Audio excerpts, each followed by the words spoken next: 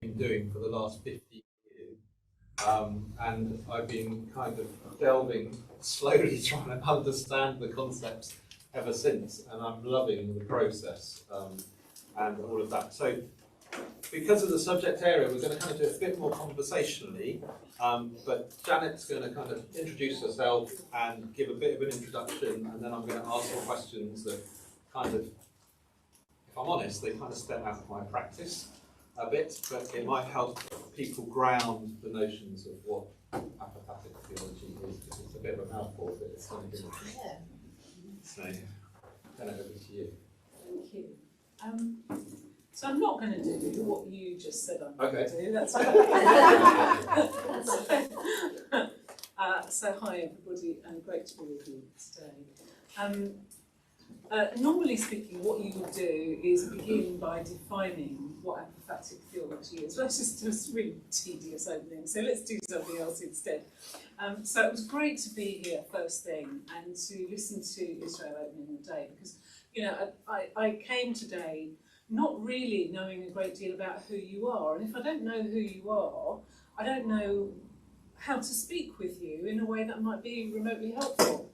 I've gathered a little bit over lunch, and I'm really hoping that you'll carry most of the weight of this conversation, because you do know what's helpful. But anyway, so what I heard Israel do is to open day by raising some really powerful questions. What does justice look like in a world that's built on the proceeds of colonialism and heading towards climate catastrophe? And how do we draw on African approaches to refresh our understanding of the unity of life? And then in the questions afterwards, I heard people begin to explore, what can we do in practice to live out our calling as witnesses to hope, the stewards of God's creation?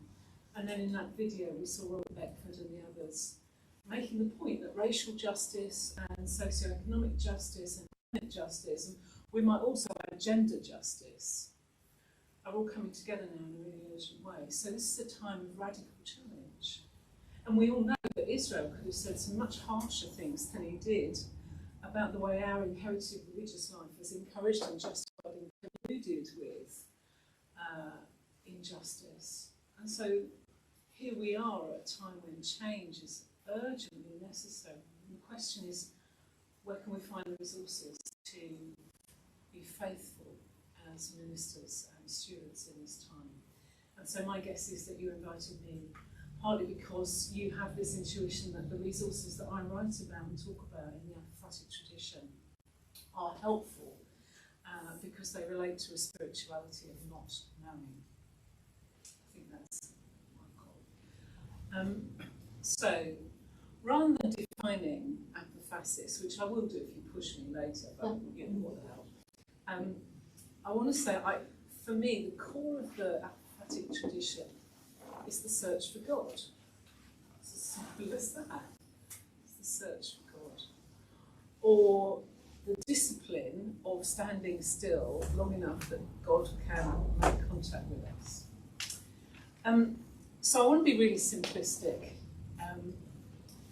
If you want to get to know someone, broadly speaking, two ways you can go about it, right? One is you can find people who can talk about them, or write about them, or paint a picture of them. So, Alison, we haven't met, but I know a little bit about you because one or two people have said we haven't met Alison. She does da-da-da-da-da-da. So now I can say 2 or 3 things about you, even though we've never met. So you can find out, you can get to know somebody by hearing about them. Or alternatively, you can hang about where they're likely to show up in the hope of a meeting. And of course you might say, well, you can of course do both. But the point is this. If I want to get to know Alison, I hope you don't mind. I want to get to know Alison. If I spend too much time letting Richard and others tell me about her, I'll end up seeing her through their eyes. And my perception of her will become blinkered, in a way, by their perceptions of her, such that I'll have you know about confirmation bias, don't we? So when I then actually meet Alison, the things that she does in my encounter that chime with what I've already been told about her, that will kind of ring and I'll get it. And I may not have eyes for the other things that I haven't been told. And eventually, instead of meeting real Alison, I find what I've met is the Alison I expected to meet. And that's the way relationships go sour very quickly, isn't it? So we might say that aware of that danger, at the point where I know I'm actually going to meet Alison, I need to set aside what I've been told about her in order to come with an open mind. I need to unknow what I've been told. And the same goes, of course, for meeting people for the second, third, fourth, fifth, sixth time as well, in exactly the same way. My memories and expectations and processing of prior meetings can act as a blinker for the new stuff. And the paradox is that the more you get to know a person, the more you realise that you don't know the person. With persons, human beings, and it turns out God, there isn't kind of like a finite set of facts, and the more you know, the closer you are to knowing everything there is to know. But quite the opposite. The more you know someone, the more you see that there are as yet untapped depths in them, which is why people who've been friends for 30 years, or people who've been spouses, or people who've been parents for a really long time, are more likely to say, do you know, I really don't know that. I really don't know you. Than somebody who's only met you a couple of times and is quite content with the knowledge. So, if that's true with human beings, it is of course more true of God, who is bigger, infinite, and so we can't ever end our process of getting to know God. So, when it comes to talking about God, there's great joy in talking about God, isn't there? In sharing everything that we've learned. But there's also great danger in talking about God. And I just want to highlight two dangers that the apophatic tradition is really, really strong on. First of all, when we claim to know something about God, or we claim to know God, whether we like it or not, that's a power. If it's true, it means that we can speak with insight, that we can speak with some authority. It means we're claiming to be able to see by the light of God, to see the truth about ourselves and the world.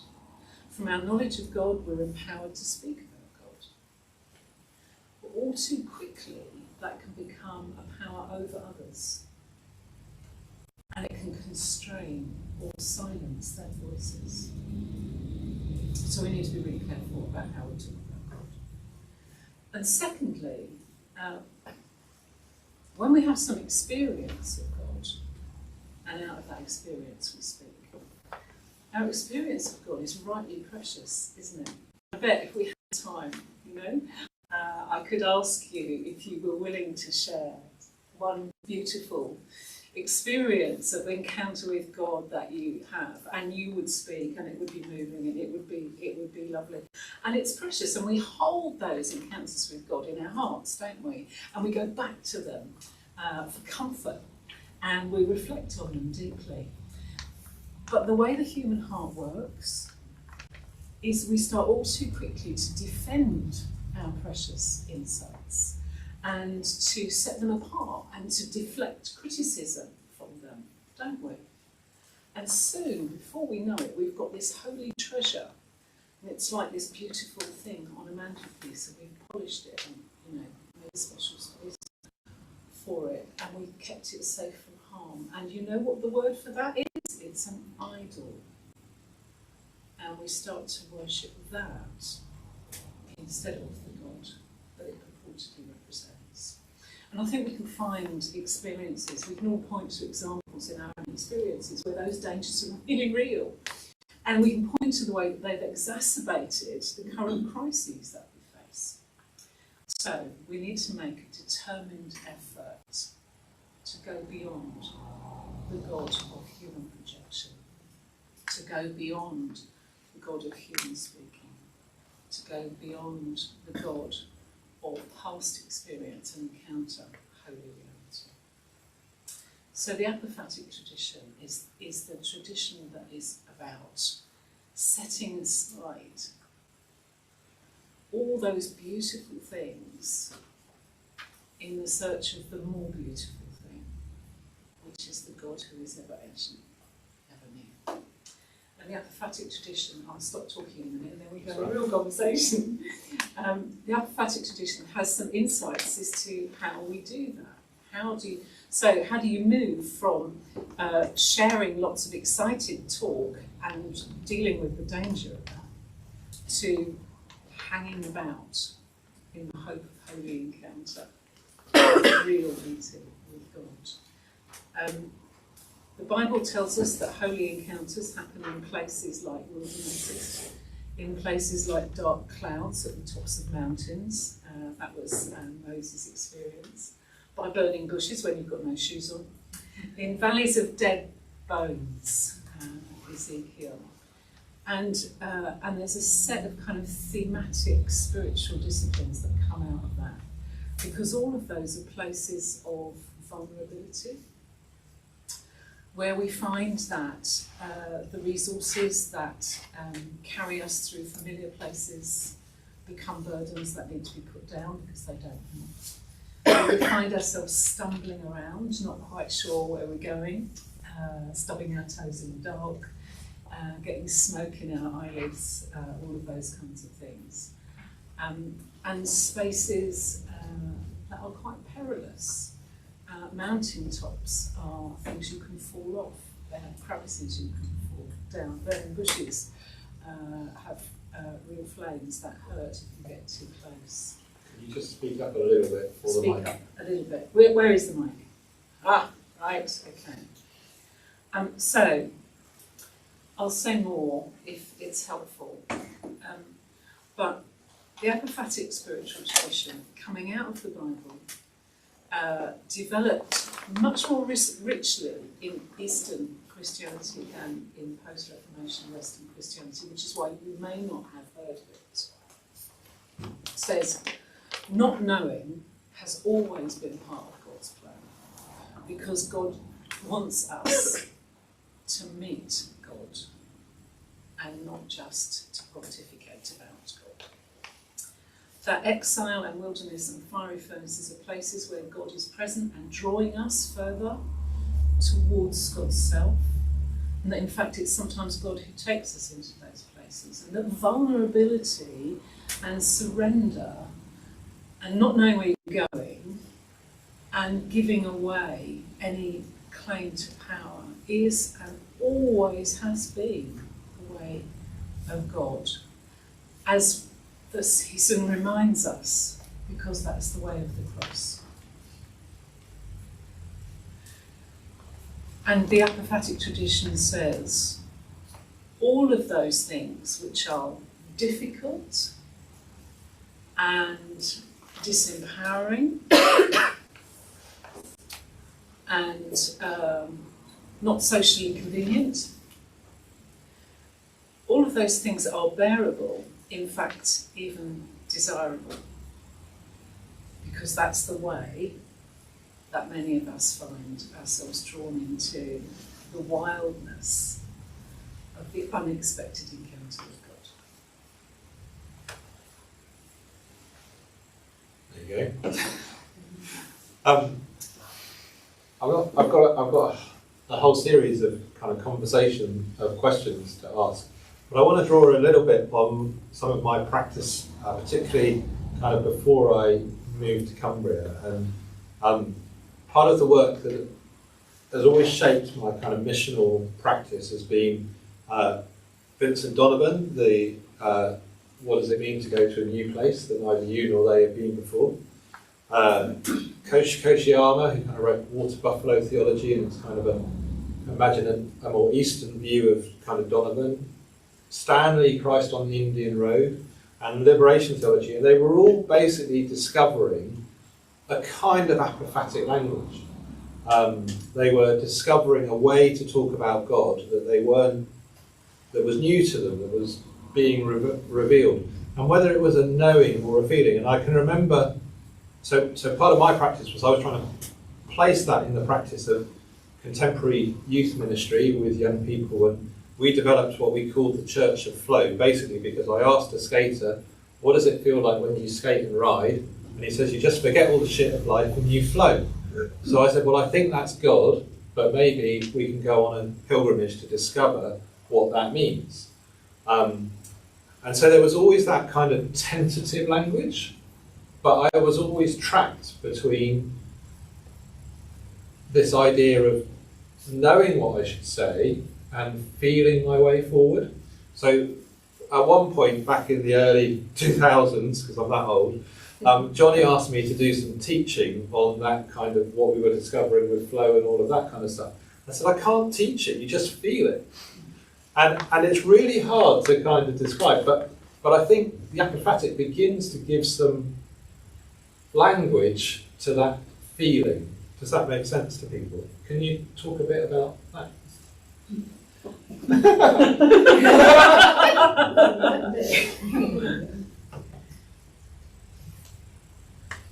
I think it relates to the bit that you were saying about fresh encounters. So you're always discovering those fresh encounters. The feeling opens up the fresh encounter, and you sense that. It's a sensing. Yes. A different kind of knowing, or beyond knowing, or unknowing. All of those things. But there's something around the kind of intellectual knowing, the knowing in my head, that so quickly solidifies into something almost concrete that then starts to have a weight of its own and to pull us away from God. Okay, a couple of things. If you're looking for a spirituality that says it's okay to leave behind what you've already known and loved, then the apophatic tradition will help you to do that. And it will kind of give you that sense of comfort. This has always been part of our spiritual tradition. It is not us just suddenly saying, oh, at this point in the history of the Christian tradition, we need to give up on the past and move forward. It's always been part of the tradition why did Christ give us a meal rather than a book? Why did he do that? Because you have to eat it, digest it, excrete it, and have another one. That's the point of meals, right? That sense of this is the rhythm of our faith, to come and be fed afresh all the time. So that's good. Okay, the harder stuff, so this is at one level, it's a great resource. It's also endlessly challenging, and I love it for that reason, because I don't know about you, I grew up in an environment where you got the impression that faith was fragile and you had to protect it. People were always terribly concerned about losing it, or denying it, or damaging it, or something like that. The apophatic tradition. So, do you know? It's like saying, the apophatic tradition. Faith in God is robust. You can question it. You can experiment with it. You can walk around it. You don't have to be, as it were, careful of it in that kind of slightly mad, frenetic way. Of look after it. All of our language about God can feed us up to a point and then fails us if we try and push it too far. There comes a time when you've exhausted the calorific content of a meal. So there's nothing to do except excrete what's left and move on to the next one.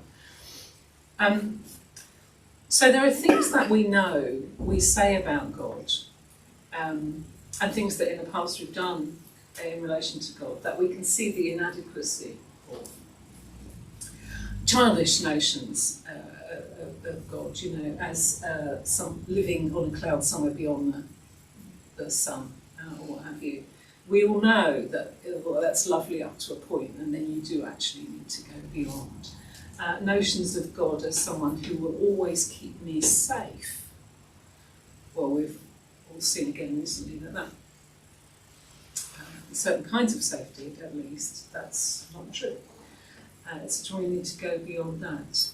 The apophatic tradition won't stop telling you to put down your language about God. And there will be a point for all of us where actually that starts to feel vertiginous. So if you go to some of the classic texts, they'll tell you, calling God good, for example, also needs to go. Look, can I just read you a little quotation? I've bothered to type this out, so I'm going to read it to you, right? This is Meister Eckhart. No one can speak of God or know God.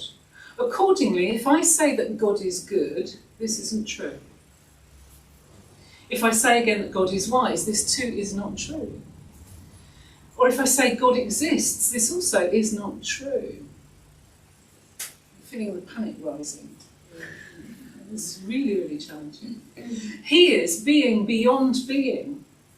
He's a nothingness beyond being. Therefore, Eckhart quotes Augustine, the finest thing that we can say of God is to be silent, concerning him from the wisdom of inner riches. Be silent, therefore, and do not chatter about God, for by chattering about him you tell lies. It's very challenging. It's very challenging, isn't it? And the apophatic tradition is quite good at that kind of really pointed challenge. Jesus was quite good at that kind of pointed challenge as well, wasn't he? In many ways. But so the lovely place where you land with Vincent Donovan and all the other friends, as you discover a language, there'll be a time when that Yeah, so that's the bit I want to kind of move on to as well. So for me, I would kind of put that Donovan piece all against the notion of faithful improvisation. I draw on the Bible, the culture and the tradition, and then I'm back to language, Yeah. I'm back to quite defined knowns, Yeah. and all of that.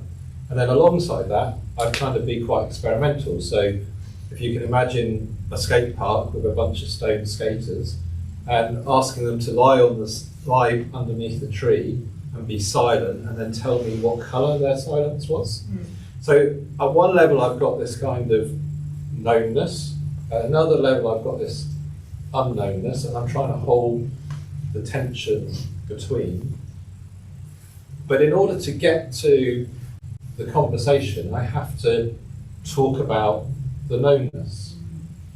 But yet, in doing that, as we push more into culture, and as we know, it comes with more and more baggage, particularly if we use the kind of church word, less so if we use the spirituality word and all of that kind of space. So what can we, beyond silence as a kind of mechanism, what can we glean from the apophatic tradition to help us practice mission in the tension between? Now, one of the best things I ever heard Johnny Baker say, it'd be interesting to get your list. One of the best things you ever heard Johnny Baker say was imagination is the missional muscle we most need to exercise. Imagination is the missional muscle we most need to exercise. Oh, that was great. When you realise that words and ideas can become that kind of blinker and take you down the road of idolatry if you hold too strongly to them, instead of the open-hearted encounter with the living God, the most obvious thing to do is to move into silence, and so many of us find that is so helpful these days. You know, in this time, so many people are hungry for silence. You're absolutely right. Under the trees, notice the colour of the silence. That is such a powerful thing to do. but silence can also be abusive, and there are many people that we will speak with whose experience will be of being silenced rather than of finding the release of silence.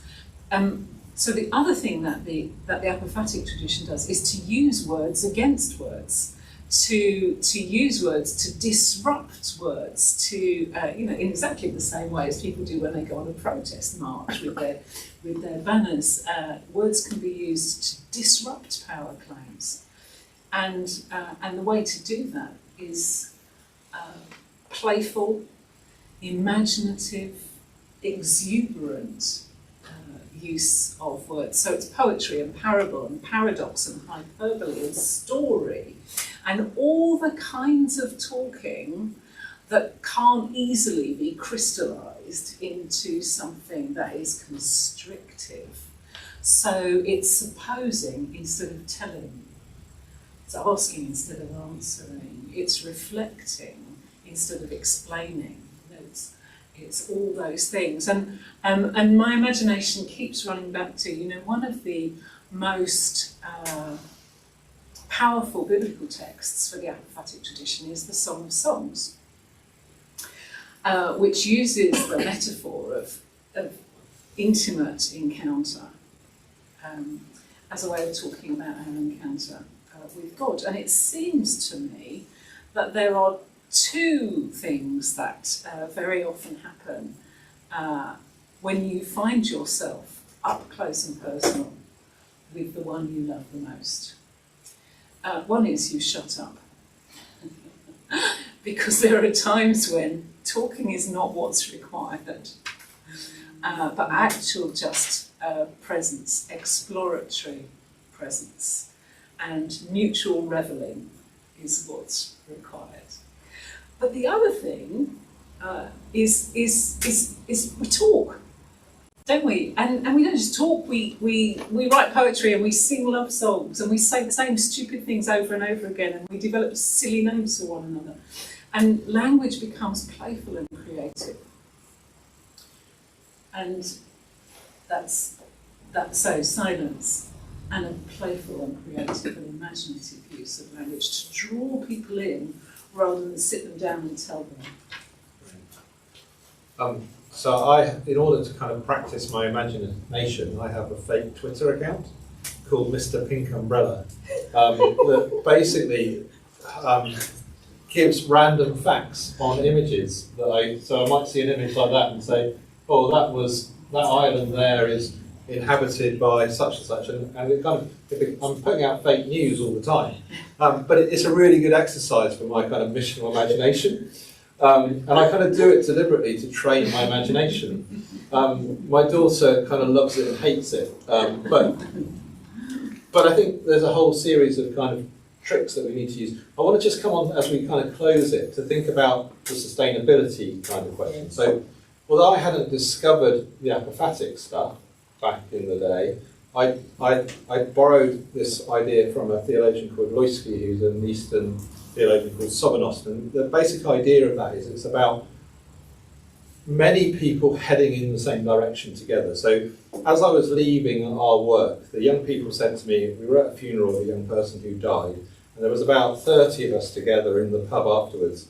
And they wanted this picture because it was the first time they were all in suits, basically. And one of the lads turns to me and says, we might be the most dysfunctional family in charge, but we're family.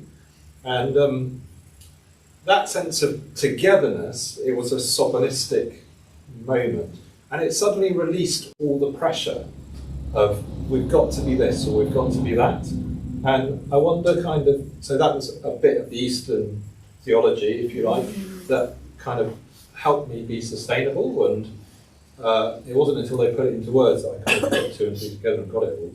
But I wonder, in terms of how can the apophatic help sustain us in the work that we're doing, as the kind of final question.